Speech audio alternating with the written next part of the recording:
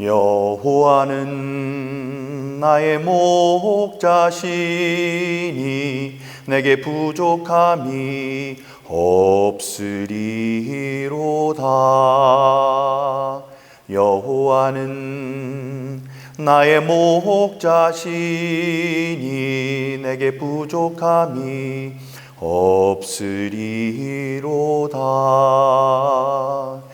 나로 하여금 푸른 초장에 눕게 하시며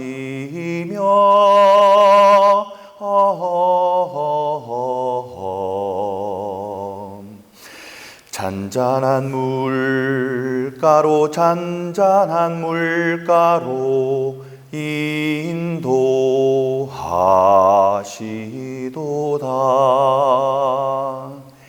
진실로 그 선함과 인자하심이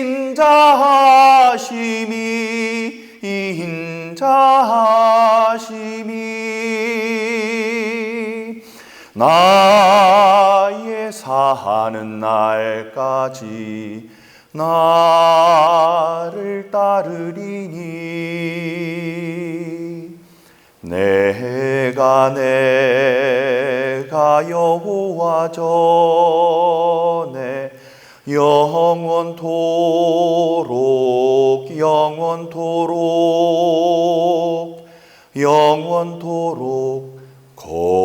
거하리로다. 아멘.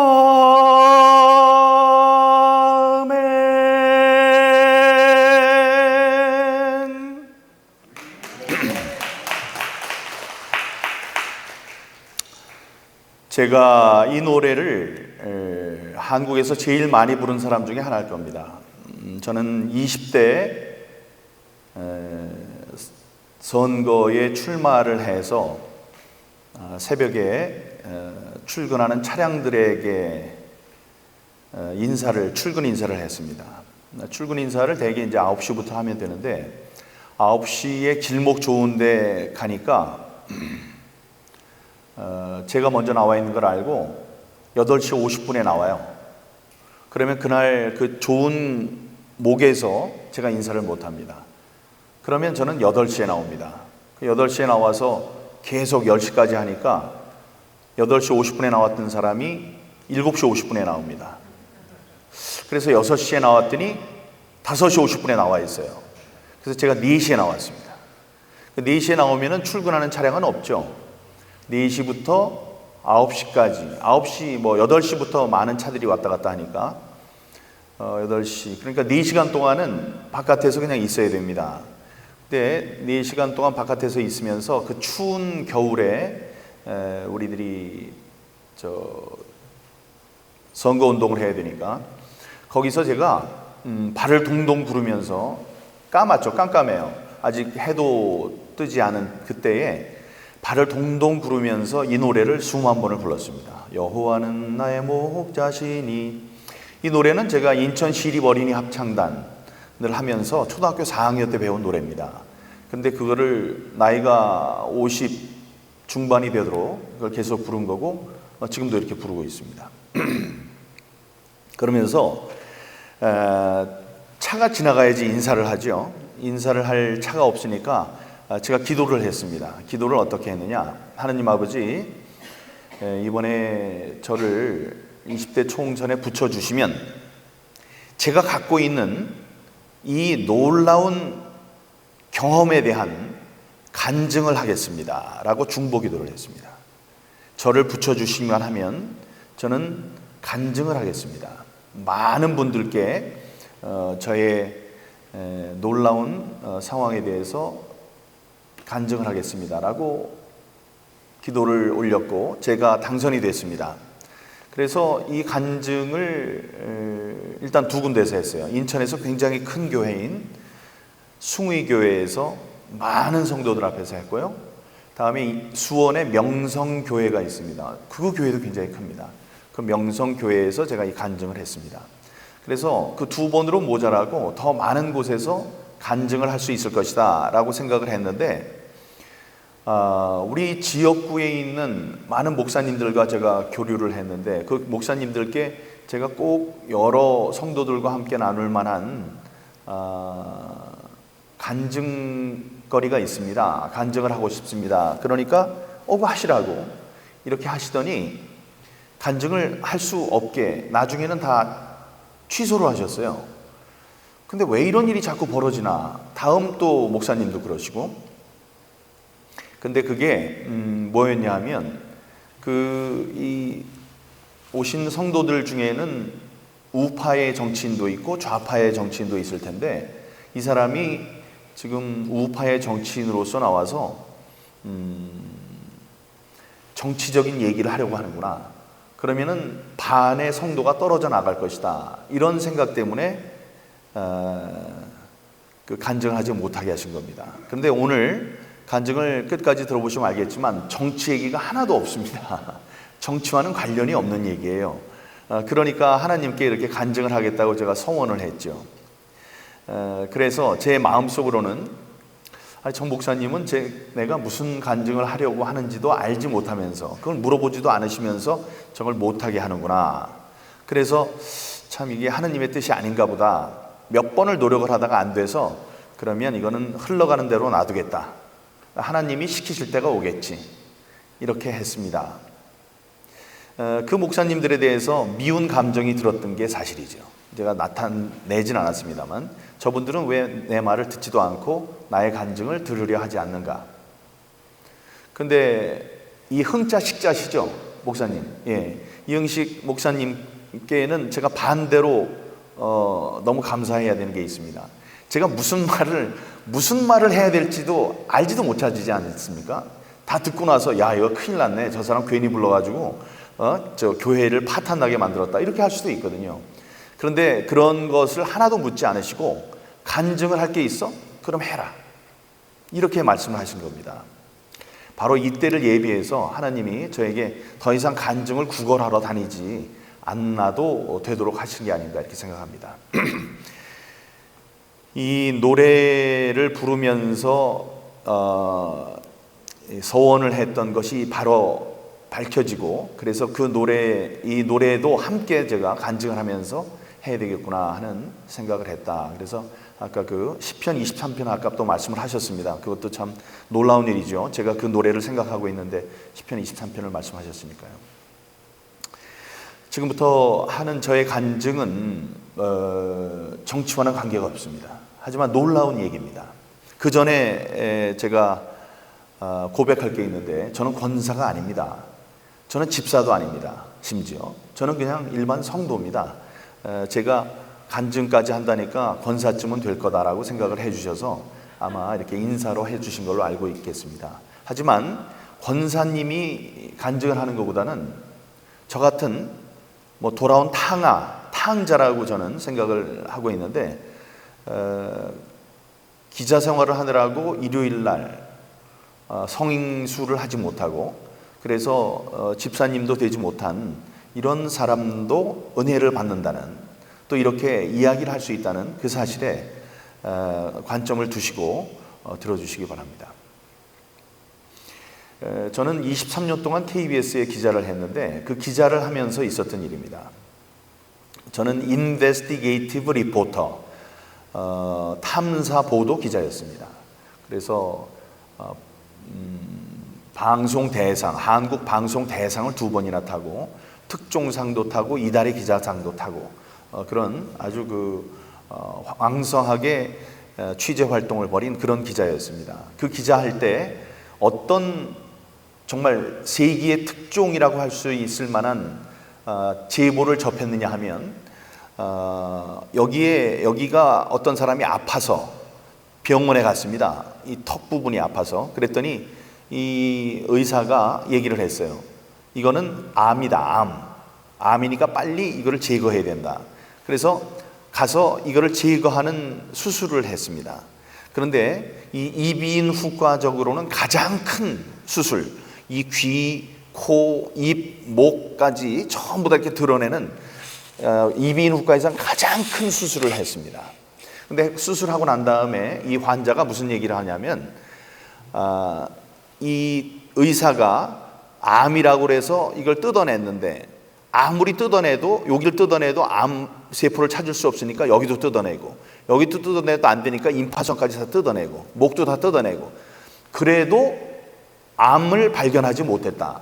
근데 이걸 다 붙일 수가 없으니까 이건 다 뜯어낸 상태로 살아야 되는데 암을 오진을 하고 그다음에 수술을 잘못했으니까 이 사람이 어떻게 했냐면은 남의 암세포를 가져와서 그거를 사람들한테 보여줬다. 자기한테 자기의 보호자에게 이게 바로 이 사람 여기에서 뜯어낸 암입니다. 암세포입니다. 그래서 보여줬다. 그러니까 나는 멀쩡한 사람을 의사가 여기를 다 뜯어내가지고 안 되니까 남의 암세포를 가져와서 이걸 여기에서 나온 암세포라고 거짓말을 했다. 이거는 기자가 일생을 살면서 만날 수 있는 특종 중에 특종입니다. 이 나쁜 의사의 잘못을 고발해야 하는 정말 그 탐사보도로서는 만나기 힘든 케이스였습니다. 그래서 제가 3주일 동안을 그거를 따라다니면서 취재를 했습니다. 그 사람이 대구에 있었어요. 대구에 있는 거를 가서 몰래 카메라로 취재를 하고 환자도 취재를 하고 다음에 중간에 있는 변호사도 취재를 하고 다음에 제 처가 의사입니다. 산부인과 의사예요. 산부인과 의학 박사예요.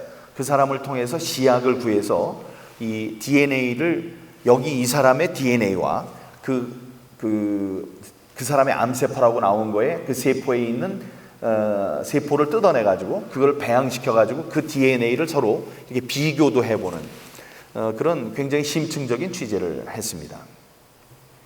취재를 다 하고 몰래 카메라도 다 쓰고 인터뷰도 다 하고 다음에 그 결과도 갖고 이제 그렇게 되면 20분짜리 다큐멘터리를 만들어야 돼요. 제가 KBS 리포트 팀에 있었으니까 그 다큐멘터리를 만들기 위해서 이제 그 테이프를 다 보고 이런 게 있구나. 이거를 이제 어떻게 엮어야지 시청자분들에게 감동적으로 전해질 수 있겠다. 이런 생각을 하면서 그거를 이렇게 보고 그날 하필이면 제가 야근이었습니다. 야근하면 3층으로 가야 돼요. 제 보도국이 3층이 4층이 있는데 4층은 보도 제작국해서 KBS 리포터 만드는 보도 다큐멘터리 만드는 팀이 있고 다음에 3층에는 정치경제사회부 외신부가 있어요. 그래서 저는 야근을 외신부를 합니다. 외신 가서 밤새 나오는 외신을 텔렉스로 나오는 걸 뜯어가지고 번역을 해서 아침에 방송으로 내는 그 밤을 새면서 해야 하는 외신 야근을 하는 사람이었습니다. 그래서 그 외신 야근을 하려고 4층에서 내려와서 밤이죠. 밤 9시가 넘은 밤이에요. 깜깜한 밤. 그래서 이렇게 가로질러서 보도국을 가로질러서 저쪽 끝에서 이쪽 끝에 있는 외신부로 국제부로 이렇게 걸어왔습니다. 걸어오는 순간에 저의 이렇게 왼쪽으로 이렇게 가는데 저의 왼쪽 걸어가는 왼쪽에서 구석에서 전화 소리가 울리는 거예요. 따르릉 따르릉 따르릉 울려요. 제가 걷는 그 순간에 따르릉 따르릉 울리기 시작했습니다. 다른 사람 같으면 그 전화를 받질 않습니다. 아니 바쁜데 뭐 방송국에 전화를 걸어오는 미친 사람들 많습니다. 내 귀에 도청장치가 되어 있습니다. 뭐 이러든가 저게 생방송입니까? 아니면 중계방송입니까? 생방송입니다. 그럼 알겠습니다. 3번만 해주세요. 그냥 다시 전화해가지고 여보세요? 생방송입니까? 중계방송입니까? 생방송입니다. 2번만 더 할게요. 이렇게 3번을 꼭 해야지 마음이 놓이는 정신병자 이런 사람들이 많아요. 그런 사람들이 있어서 자기한테 관련되는 전화 아니면 받질 않습니다. 근데 저는 이 성격이 다정합니다. 다정해요. 누가 이렇게 전화 오는 거를 무슨 일이 있어서 오겠지. 저는 그 정신 이상한 사람의 전화도 받아가지고 3번이나 중계방송입니다. 중계방송입니다. 중계방송입니다. 이렇게 얘기를 해줄 정도로 다정다감한 사람입니다. 그래서 가서 그 전화를 받았습니다. 받았더니 뭐라고 하느냐 하면 웬 여성이 전화를 했는데 이런 얘기예요. 대강 KBS죠. 네. 제가 민원이 있어서, 예, 제보가 있어서요. 어떤 겁니까? 예, 제가 유방암이 있었는데 뼈로 전이가 됐는데 그게 다시 재발이 됐는데 그거를 고치려고 했는데 지금 뭐 그래서 중간중간에 물어보면 예, 그런데 뭐 8개월 전에 재발이 됐는데 그걸 얘기해 주지 않고 뭐 이런 복잡한 얘기를 하는 거예요. 그래서 예, 그런데 좀 간단하게 말씀해 주시죠. 제가 지금 야근을 하러 가야 되니까. 예, 아유, 전화 그래도 받아주셔서 감사하고, 그거를 억울해가지고 청와대에도 얘기를 했는데, 뭐 보건복지부에도 얘기를 하고, 보건소에도 얘기하고, 병원에도 얘기를 했는데 계속 돌아가지고 똑같은 답이 나오고, 그래서 너무 억울하고. 그래서 지금 저기 의료 사고 가지고 지금 전화를 하신 겁니까? 그랬더니 그렇다고 그래요. 그래서 그러면 이거 큰일 났네요. 제가 지금 그런 취재를 하는 사람이지만 저는 지금 이 이비인후과에 무슨 의료 사고 난 것 때문에 그렇지 않아도 의료 사고를 취재를 하고 있습니다. 그랬더니 그래요. 하지만 뭐 그래서 그런데 저는 한 달에 한 번씩 하는 다큐멘터리를 만드는 사람이기 때문에 지금 이걸 취재를 할 수 없으니까 제가 이거를 연락처를 좀 주시죠. 그럼 연락처를 제가 받아서 이 연락처를 사회부에 있는 후배들한테 좀 주어서 혹시 이거를 취재할 수 있을지를 물어보겠습니다 라고 얘기를 했습니다. 그랬더니 직접은 안 됩니까? 그래서 저는 안 되고, 다음에 의료사고라는 것이 의사와 환자가 서로의 입장에 있기 때문에 대립합니다. 그래서 어느 한쪽만의 얘기를 듣고는 제가 판단을 할 수가 없습니다. 이렇게 얘기를 했습니다. 그러니까 그러냐고. 그러면서 전화번호를 적어줘요. 031 뭐 이러면서 안산에 있는 분이라고 그래요. 성함은 김문자라는 사람이. 그래서 김문자 031 뭐 해서 전화를 적었습니다. 이게 옆에 있는 공책이 있길래 공책을 이렇게 쭉 찢어가지고 그 공책 A4G 뭐 이런 게 있길래 찢어서 여기다가 집어넣고 그러니까 예, 알겠습니다. 뭐 빨리 나으시기를 바라고요. 죄송합니다. 제가 직접 취재를 못해서. 그랬더니 그분이 그래도 그런 말씀을 친절하게 전화를 받아주셔서 감사합니다. 이렇게 얘기를 했습니다.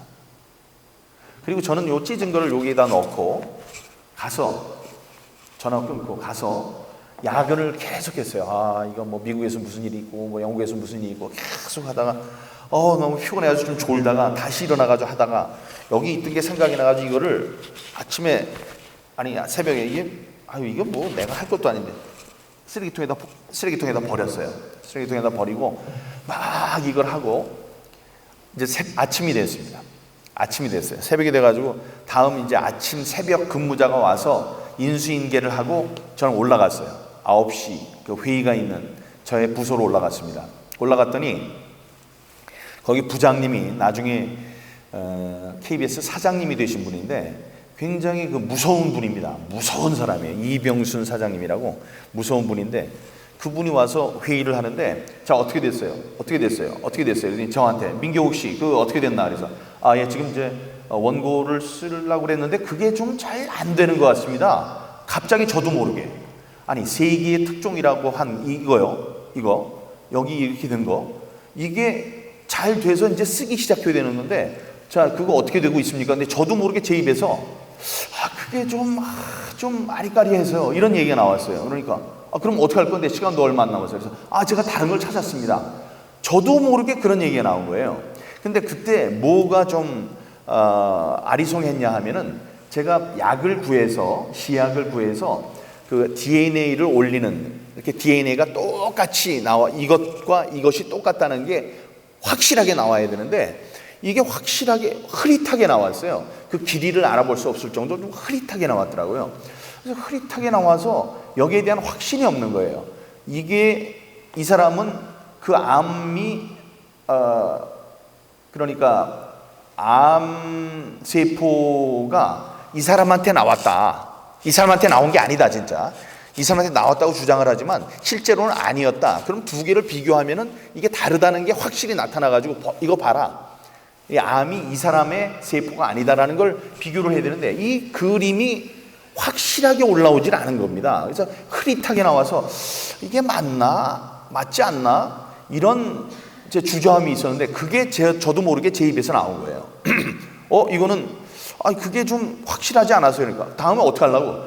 그래서 뭐 다른 걸 하려고 합니다. 뭐가 있어? 예, 있습니다. 이렇게 얘기를 했어요. 있긴 뭐가 있어요? 아무것도 없었는데.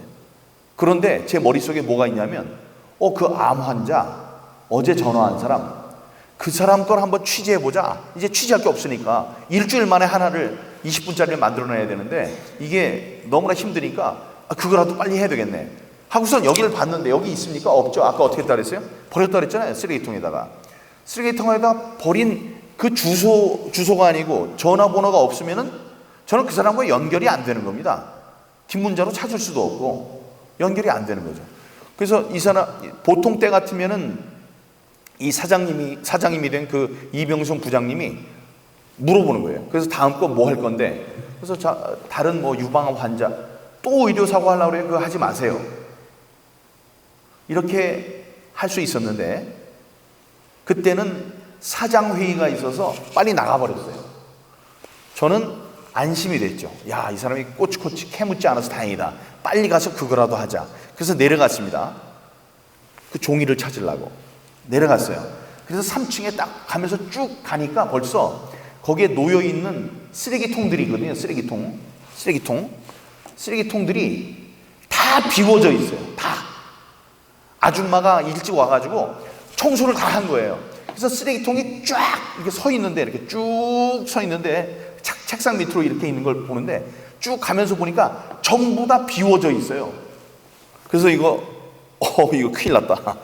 나는 이제 김문자 씨에 대해서 아무것도 알 수가 없다. 큰일 났다. 이러고 그래서 한번 가보자. 그래서 저 끝까지 갔는데, 다른 건 다 비워져 있는데, 그 쓰레기통만 남아 있었습니다. 그게 구석에 있어서 그런지 모르지만 아줌마가 그걸 안 치웠어요. 잘못한 일이죠. 하지만 그 쓰레기통이 가득 찬 쓰레기통은 버리질 않았어요. 그래서 혹시나 하고 봤더니 거기 커피, 가래침 뭐 이런 거 막 뱉은 그 안에 이렇게 종이, 제가 귀퉁이를 찢어가지고 접어서 여기다 넣었다가 버렸던 그게 이렇게 뭐 흥건하게 젖어가지고 있는 거예요. 그래서 그걸 들어 올려가지고 이렇게 쫙 봤더니 번호가 보여요. 번진 게. 그래서 그 번호를 이렇게 썼습니다. 그 다음에 그 사람한테 전화를 했어요. 전화를 했더니 감사해야죠. 그래서 이제 그 이야기가 어떤 이야기인지를 들어봤더니 이런 얘기입니다. 여성분도 잘 들으셔야 돼요. 이 유방암이 발견이 돼서 왼쪽 가슴을 다 드러냈습니다. 다 들어서 이렇게 없애는 수술을 했어요. 근데 이쪽에도 또 유방암이 생겨서 유방암 이것도 다 드러냈습니다. 양쪽에 이제 가슴이 없는 상황이었어요. 그래서 그게 너무나 큰 수술이었기 때문에, 고통스러운 수술이었기 때문에 이제 어떻게 했냐면, 이 유방암은 뼈로 전이가 잘 됩니다. 뼈로 전이가 잘 되는 병이에요. 그래서 이게 다시 재발할 가능성도 있으니 이거를 그 병원에, 종합병원입니다. 대학병원이에요. 그 대학병원에 와서 꾸준하게 검진을 받으십시오. 그래서 검진을 받는데 한 군데에서 자기의 이 유방암을 수술해준 그 과만이 아니고 방사선과, 그러니까 이 사진으로 암의 재발을 막을 수 있는 방사선과도 예약을 해가지고 꼬박꼬박 다녔어요. 다른데 한 군데 다닌 게 아니고 두 군데를, 그러니까 그 병원의 두 과를 정말 열심히 다녔습니다. 재발이 되면 안 되니까. 재발이 되면 빨리 발견하기 위해서. 그래서 어느 날 이렇게 잘 다니고 있을 때 어느 날 그 의사 선생님이 뭐라고 그러냐면은 암이 재발됐습니다. 청천벽력 같은 얘기죠. 암이 재발됐어요. 예, 재발됐습니다. 너무나 슬프고 충격적이었지만 이 환자는, 김문자 씨는 생각했습니다. 그래도 하나님이 이렇게 열심히 다니라고 해주셔서 내가 열심히 다니다가 재발된 것을 이렇게 발견했으니 이제부터 고치면 되겠구나. 그럼 빨리 고치죠. 빨리 치료에 들어갑시다. 이렇게 얘기를 했더니 의사가 뭐라고 그러냐면, 이거는 몸에 너무 많이 파져서 지금 고칠 수가 없습니다. 그런 청천벽력 같은 얘기를 하는 거예요.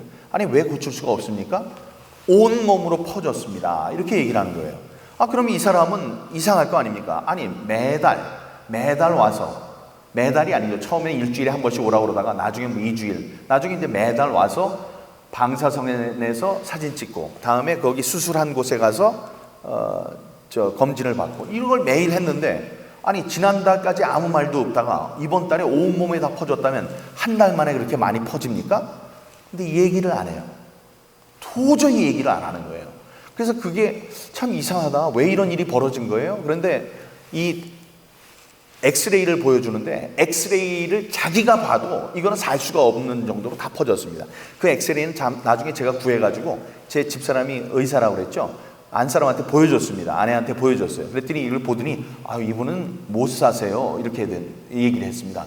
이 머리뼈도 새까맣게 암세포가 들어가지고 새까맣고요. 이 가슴뼈도 새까맣게 됐고, 엉치뼈, 다리뼈, 이거에 말할 수 없이 그냥 새까맣게 된 거예요. 그러니까 암이 다 전이가 됐다는 거죠.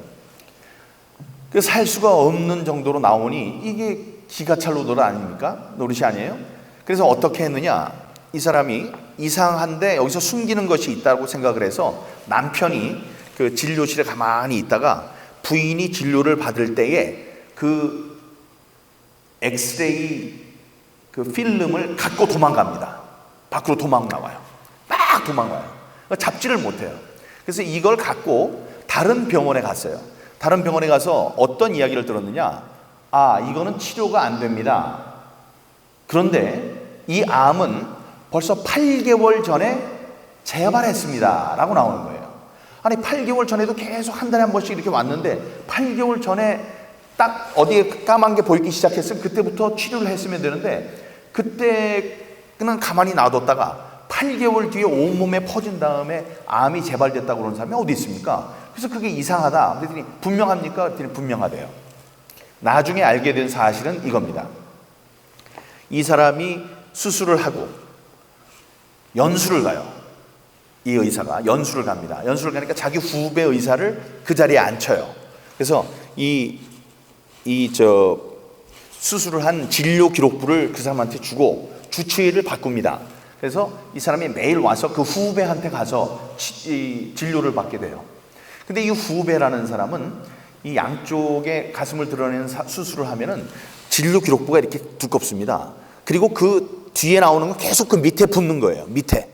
그 진료 기록부가 계속 밑에 붙는 거예요. 그 밑에 붙는 거. 근데 그걸 들춰보질 않는 거예요, 이 사람은.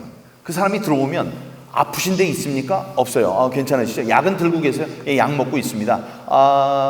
그럼 다음에 오시죠. 이렇게 보낸 거예요. 8달 동안에. 그리고 나서 이 사람이 또 그 후배가 연수를 갑니다. 연수를 가고 그 선배가 다시 자리로 와요. 와가지고 자기가 이제 1년 동안 안 봤던 사람들의 기록을 보는데, 김문자라는 사람이 보니까 자기가 딱 볼 때는 8개월 전에 벌써 암이 재발했는데, 이 암이 재발했다는 것을 이 사람한테 후배가 알려주지 않은 것을 발견하게 됩니다. 그러니까 그 사람이 왔을 때 그거를 그제서야 얘기를 하는 거죠. 암이 재발됐습니다라는 얘기를 안 할 수가 없죠. 재발됐습니까? 그러니까 아이고 그래요? 너무 슬프지만 지금부터 치료를 하시죠. 치료가 안 됩니다. 그게 무슨 소리예요? 온몸에 퍼졌습니다. 아니, 이게 어떻게 퍼졌어요? 말을 못하는 거죠. 내 후배가 8개월 동안 이거를 발견하지 못하고, 발견했다고 계속 엑스레이가 올려오는데도 그걸 말하지 않았습니다 라고 얘기할 용기가 없었던 거죠. 그러니까 말을 안 한 겁니다. 그러니까 이 사람이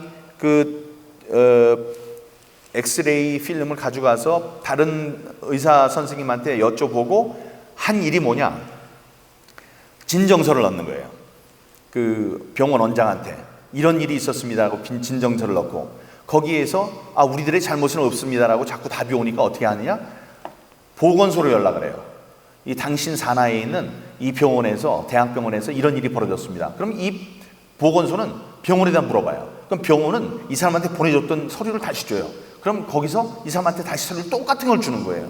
그럼 안 되겠다 싶어서 보건복지부에다 주니까, 보건복지부는 보건소, 보건소는 대학병원. 그래서 다시 똑같은 게 오는 거예요. 그래서 안 되겠다 싶어서 청와대에 넣었더니 청와대는 보건복지부, 보건소, 병원, 똑같은 것을 계속 주는 것을 보고 완전히 낙담을 하게 됩니다. 낙담을 하게 돼요. 자, 그런데 이거를 제가 잡았잖아요. 잡고 취재를 했는데 취재는 어려운 취재죠. 의사들은 서로 다른 의사의 실수를 보호해 주려고 하는 마음이 있게 마련입니다. 분명히 잘못된 걸 알았어도 잘못된 것을 히포크라테스의 선서에 의해서 동료 의사의 잘못을 말하도록 되어 있어요. 그래서 이 사이, 자기네들 의사 사이에서의 비밀로 이 환자들을 아프게 하는 그런 일이 없도록 동료들의 잘못은 고발하도록 되어 있단 말이에요. 근데 우리나라는 그렇지 않습니다. 형제를 발휘하라고 그래요. 그러니까 이거를 드러내놓고 잘못된 것을 이야기하는 사람이 드물죠. 그걸 이제 취재를 했습니다. 취재는 어려운 취재였어요. 하지만 제 처도 있고, 처가 다니던 대학의 대학병원 의사한테, 교수님한테 가서 인터뷰도 하고, 다음에 이거를 분석도 하고, 다음에 몰래 카메라로 가서 그 사람이 연수를 간 다음에 뭐 있었던 일들 이런 것도 다 몰래 카메라로 취재를 하고, 이렇게 다 취재를 했습니다. 취재는 어려웠고 제가 곧 기절할 것 같은 그런 순간까지 갔어요. 원래 3주일을 취재를 해야 되는 거를 일주일에 몰아서 20분짜리 다큐멘터리를 만들려니까 그게 얼마나 어렵겠습니까? 그런데 그게 아주 기신기신 취재가 됐습니다. 아주 어려운 고비를 넘겨서 취재가 됐어요. 그래서 이 전체의 잘못된 사실을 드러내놓을 수 있는 그런 취재가 됐습니다. 자, 취재의 마지막 부분쯤에는 이런 생각을 했어요. 지금까지 몰래 카메라로 취재를 했지만 몰래 카메라가 아니고 진짜 카메라를 들고 이젠 정정당당하게 이 사람들의 얘기를 들어봐도 될 만하다. 이래서 제가 갔어요. 카메라를 들고 그분이랑 같이 갔어요. 김문자 씨랑 갔는데 어떤 일이 벌어졌느냐, 우리가 카메라를 갖고 들어가니까 이제 이거 뭐야, KBS야? KBS가 여기에 왜 왔지? 이래서 거기에 있는 경비원, 병원 경비원 2사람이 이렇게 그 등치가 좋은 사람들이 2명이 따라왔어요. 저쪽에서 나한테 물어보려고. 근데 그런 거 물어보는 거는 저희들한테는 다반사입니다. 기자들이 좀 거친 사람들이에요. 그래서 와서 시비를 걸면은 우린 지지 않죠. 당신이 뭐야 이러면서 이제 야단을 칠 수 있는 그런 사람인데, 이렇게 오는데 어떤 일이 벌어졌냐면 이 김문자 씨가 이따 말고 자기가 쓰고 있던 이 머리를 이렇게 잡더니 뒤로 확 넘기는데 이게 완전히 털이 하나도 없는 대머리예요. 가발을 쓰고 있었던 거예요. 그러니까 암 치료 때문에 전부 다 눈썹이고 뭐고 전부 다 빠진 상황이었는데 우린 그걸 뭐 대강 짐작을 했었지만 이분이 이거를 확 이렇게 열면서 뭐라 그랬냐면, 당신들 지금 뭐 하는 거예요? 그 사람들, 오는 사람들한테 나를 이렇게 만들어 놓고 이러면서 소리를 지르면서 딱 벗는데 그게 있었던 카메라 기자의 카메라에 잡혔습니다. 이거를 확 하면서 격정적으로 얘기하는 게 그 카메라에 잡혔어요. 자, 그래서 그 카메라에 잡힌 것을 갖고 이제 20분짜리 원고를 제가 쓰고 20분짜리 원고에 대한 편집을 하고 있었습니다. 4층에서 편집을 이렇게 하고 있었어요. 근데 뭐예요 지금? 나를 이렇게 만들어 놓고 뭐 하자는 거예요? 라고 얘기하는 거를 붙이는 순간에, 그를 편집하는 순간에 웬 사람이 있다가 굵은 목소리로 이래요. 아니 민교, 이거 뭐야? 봤더니 보도본부장이었습니다. 보도본부장실이 바로 옆에 있었거든요. 그래서 지나가다 그걸 본 거예요, 우연히. 그래서 이거 이런 일입니다. 그래? 그거 9시 리포트로 만들어. 그러니까 다큐멘터리로 나가지만 그걸 9시로 따로 만들려고 그런 거예요. 그래서 알겠습니다. 그래서 9시 거로 만들었어요. 9시 리포트를 1분 반짜리로 만들어서 9시 뉴스 편집부에다 갖다 줬습니다. 근데 또 무슨 일이 일어났느냐, 그날 별 뉴스거리가 없었어요. 그래서 이 뉴스가 헤드라인으로 나가는 거예요. 헤드라인 뉴스라는 건 9시 뉴스 땡 그러면 짜자자잔 그러면서 무슨 일이 있었습니다. 짜자자잔 무슨 일이 있었습니다. 이렇게 앞에 한 5-6개가 나가는 게 있습니다. 그 중에 제일 처음 리포트로 짜자자잔 그 억울한 암 환자가 생겼습니다. 암이 재발했지만 의사들은 그걸 감추고 있었습니다. 오늘 자세히 전해드립니다. 이렇게 헤드라인으로 나갔어요. 다음에 9시 뉴스로 나가고, 다음에 9시 뉴스가 끝난 다음에 KBS 리포트로 20분짜리 다큐멘터리가 나갔습니다. 그게 끝나자마자 김문자 씨가 전화를 했어요. 전화를 하더니 뭐라고 하는지 아세요? 정말 시원합니다, 민 기자님. 정말 시원합니다. 제 마음속에 있던 억울한 게 모두 사라졌습니다. 정말 시원합니다. 감사합니다. 이렇게 얘기를 했습니다. 저도 마음속에 보람이 있죠. 그런 얘기를 들으니까 보람이 있었습니다. 그리고 그게 다 끝나고 나서 사실은 얘기는 지금부터죠. 중간에 가신 분들은 안타깝지만 이 중요한 얘기를 못 듣고 가셨어요. 이게 끝난 다음에 전화가 왔어요. 전화가 왔는데 그 김문자 씨가 안산에 사시는 분인데 이런 감사한 일을 하셨으니, 이런 고마운 일을 해주셨으니 너무 감사하니까 제가 밥을 사겠습니다. 한번 와주시죠. 이래요. 그래서 제가 무슨 뭐 그런 거 하고 밥 얻어먹는 사람은 아니죠. 결론부터 말씀드리면 제가 밥을 샀어요. 밥을 샀지만 일단 그 안산으로 갔습니다. 안산에 요 조그마한 아파트에 사시고 딸이 하나 있었고, 슬한지 이슬인지 그런 애가 하나 있었고, 남자분 성함은 김대종 씨였어요. 김대종 씨. 그런 분이 계셨던 걸로 기억을 하고, 그 김문자 씨는 저랑 띠가 같은 토끼띠였고 뭐 이런 게 기억이 납니다. 근데 거기서 이런저런 얘기를 하다가 정말 감사합니다.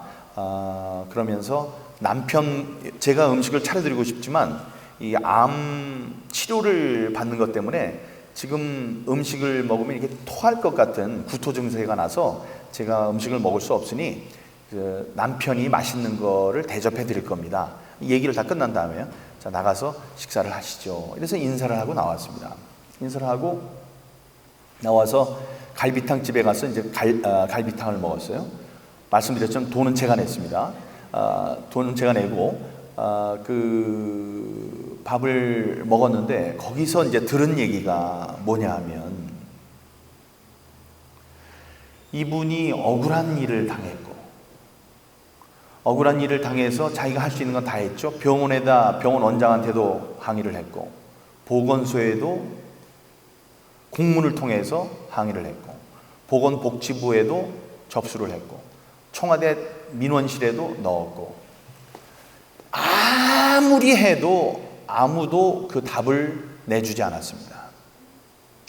그래서 이 독실한 기독교인인 김문자 씨는 어떻게 했느냐 하면 남편과 함께 새벽 기도를 나가기 시작했습니다.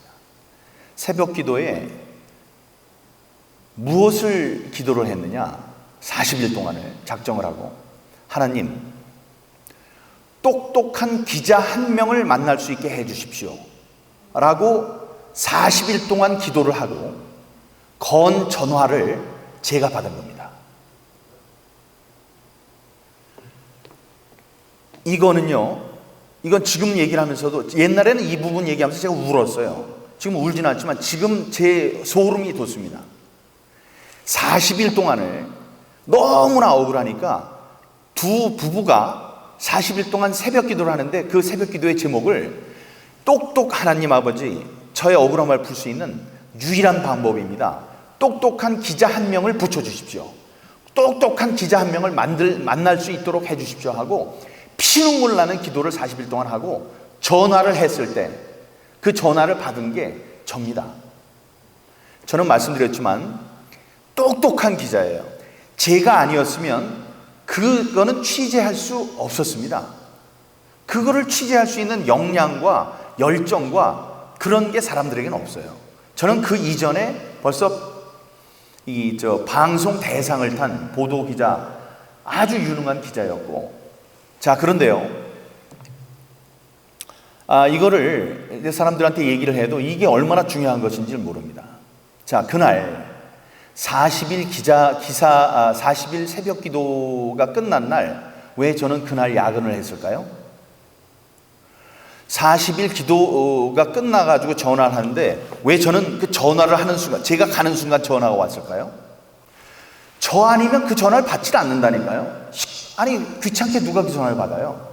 그리고 그 전화를 받고 이 사람이 자기가 의료 사고를 취재하는데 또 다른 의료 사고에 대한 제보라고 생각을 하면 끊어버립니다.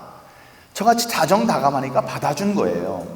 받아주고 그냥 아유 빨리 끊으라고 하는 소리가 그렇게 할 수 없으니까 제가 어떻게 했어요? 전화번호나 주시죠. 사실은 빨리 전화를 끊으라는 얘기였죠. 이제 나는 가서 야근을 해야 되니까 빨리 끊었으면 좋겠습니다. 그러니까 당신 전화번호나 주세요. 이런 식으로 했던 거거든요. 그래도 그거를 형식적으로 물어봤어도 그걸 찢어가지고 제가 여기다 집어넣었잖아요. 그리고 그날 그걸 버렸잖아요. 쓰레기통에 버렸어요. 버리고 올라갔어요. 올라갔는데 왜? 그 세기의 특종이라고 하던 남의 암세포를 갖다가 했던 그거 3주일 동안 취재한 것에 대한 그 확신이 왜 갑자기 사라졌을까요? 아니, 사라지고 다음에 그 무서운 부장이 와서 당신 취재한 거 잘 됩니까? 잘 안 됩니다. 왜 안 돼? 뭐 이런 확신이 없으면 왜 확신이 없어? 그거 해. 이럴 수도 있었고 확신이 없어? 그러면 다음 건 있나? 그래서 있습니다. 그러면은 그게 뭐야? 이거 뭐 암 환자 또 의료보험이야? 의료사고야? 그거 하지 마세요. 이렇게 할 수 있었던 사람이 왜 그날 갑자기 회의 때문에 나갔을까요? 나가서 그럼 저는 이 부분이 제일 그렇습니다. 아니, 그 쓰레기통 다 꽉 찬 거를 전부 다 버렸는데 왜 국제부에 있는 그거 하나만은 내가 이거를 버린 그 쓰레기통은 치우지 않고 거기서 저를 기다리고 있었을까요? 다음에 그 어려운 취재가 제가 있을 때 어떻게 그렇게 정말 하나의 일주일에 20분짜리 다큐멘터리를 만들 수 있을 정도로 취재가 잘 됐을까요? 다음에 이 사람이 이걸 벗는 장면을 어떻게 카메라 기자가 우연히 잡을 수 있었을까요? 다음에 그 부분을 하필이면 취재하고 있고 편집을 하고 있는 동안에 왜 보도본부장은 거길 지나갔을까요? 그리고 그걸 9시 뉴스로 냈는데 그날 왜 다른 뉴스거리가 없어서 이게 헤드라인 뉴스로 나가고 주요 뉴스로 다뤄질 수 있었을까요? 그렇게 해서 그 리포트가 나갔고 이 리포트가 나간 다음에 이 사람은 그 병원에 대해서 더 많은 돈을 원한 게 아니에요. 어떤 걸 했느냐? 지금까지 내가 당신들한테 낸 나의 이 치료를 위해서 여기다 암 수술하고 그래서 냈던 그 돈을 돌려달라고 그랬어요. 그게 그 당시에 3천만 원이었습니다. 3천만 원을 갖고 그 유일한 치료 방법이었다고 하는 조혈모세포 이식 수술을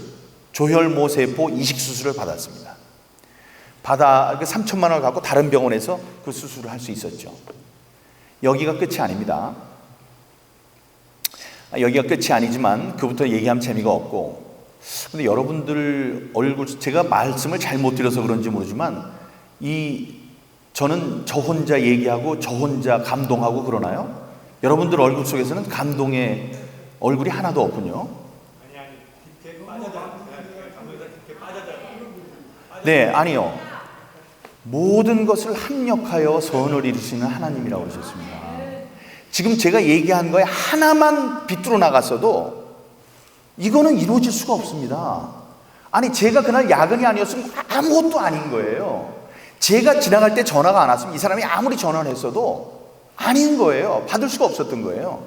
아니, 쓰레기통을 치워버렸으면 아무것도 일어날 게 아닌 거예요. 그런데 이게 쫙 굴미역듯이 모든 게 하나로 다 이루어졌습니다. 자, 그래서 그분은 치료를 받았습니다. 제 집사람이 의학 박사인데 그 사람이 보고 뭐라고 그랬다고 그랬죠? 이분은 못 사세요라고 그랬다고 그랬지 않습니까? 문외한인 저의 눈으로 봐도 온몸이 새까만데 온몸에 전부 다 암세포가 퍼졌는데 어떻게 삽니까? 근데 그게 일어난 게 2008년이에요. 1998년이에요. 놀라지 마십시오. 1998년에 얘기를 하고 우연하게 안산에 살면서 안산의 경찰 아이를 아는 저의 팬클럽 사람이 있어서 알아봤어요. 2003년에 이 친구가 시키지도 않았는데 그런 사람이 있다고 그러니까 자기 경찰 친구랑 그 집을 찾아갔습니다. 그러니까 그 사람들은 놀랐겠지. 문을 열었는데 거기에 김문자 씨가 살아 계셨을까요? 안 살아 계셨을까요? 살아 계셨습니다. 온몸에 암이 퍼졌던 사람이 5년 동안을 살아 계셨어요. 지금은 살아 계실까요? 안 살아 계실까요? 돌아가셨습니다. 제가 얼마 전에 연락을 해봤어요. 국정원에 있는 친구를 통해서 이런 분이 계신데 혹시 살아 계신지 좀 알아봐 달라고 그랬습니다. 그랬더니 돌아가셨어요. 하지만 5년 넘게 사셨습니다. 그때 당장 죽을 것 같다고 저도 생각했고 의학 박사인 제 저도 얘기했던 그분은 5년 넘게 살았습니다. 여러분, 이게 뭔지 아세요? 저는 말씀드렸죠. 제가 권사도 아니고 집사도 아니고 일반 그냥 성도라고. 저는요, 그렇지만 저는 그건 알아요. 제가 쓰임을 받았다는 걸 알고 있습니다. 쓰임을 받은 걸 안 거예요. 하나님이 보시기에 정말로 자기의 모든 것을 바쳐서 기도를 하는 정말 충실한 딸, 충성스러운 딸, 김문자 그 성도, 뭐 집사셨을지 모르지만 그분의 그 안타까움을 아신 겁니다. 그의 기도에 대한 응답을 주신 겁니다. 주시기 위해서 많은 일들을 다 엮으신 거예요. 근데 이게 하나님이 너무 힘을 많이 쓰셨어요. 그래서 하나님의 일이 아니라고 믿을 수 없도록 해놨어요. 너무나 많은 우연을 그냥 제 앞에 딱 연결해 놓고 그 하나하나를 지나가게 하셨기 때문에 웬만큼 머리 나쁜 사람이 아니라면은 이거 뭐야? 이거 뭐야? 이거는 내가 쓰임을 받았구나 라고 믿을 수밖에 없도록 역사를 하셨습니다.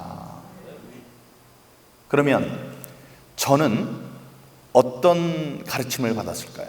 제가 아무리 믿음이 얕고 다음에 머리가 나쁜 사람이라고 할지라도 어떤 제가 가르침을 받았을까요? 세상에 하나님은 계신다. 그녀의 하나님은 분명히 실존하신다. 그 안타까운 딸의 사정을 보시고 그의 목숨을 살리기 위해서 이런 기적을 행하셨다.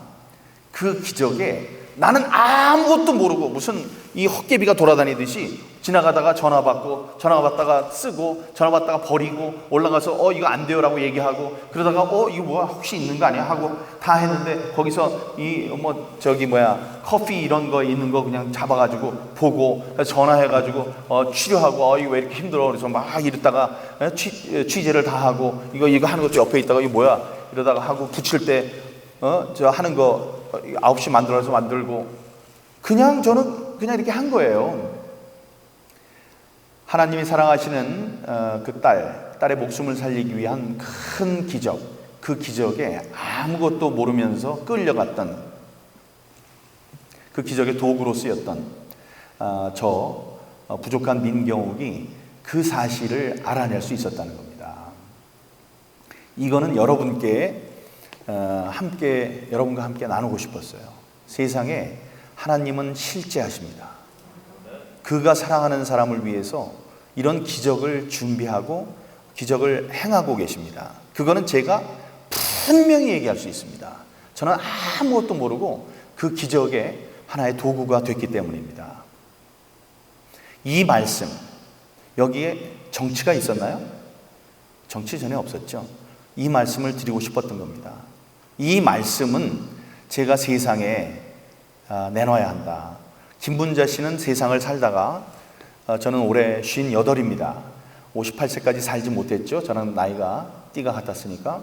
하지만 그 엄청난 고통 속에 암에 걸렸고 수술을 치렀고 수술 이후에 재발이 되는 고통을 겪었고 자기의 그 탄원의 목소리가 아무의 귀에도 닿지 않는 절망감을 느꼈고 하지만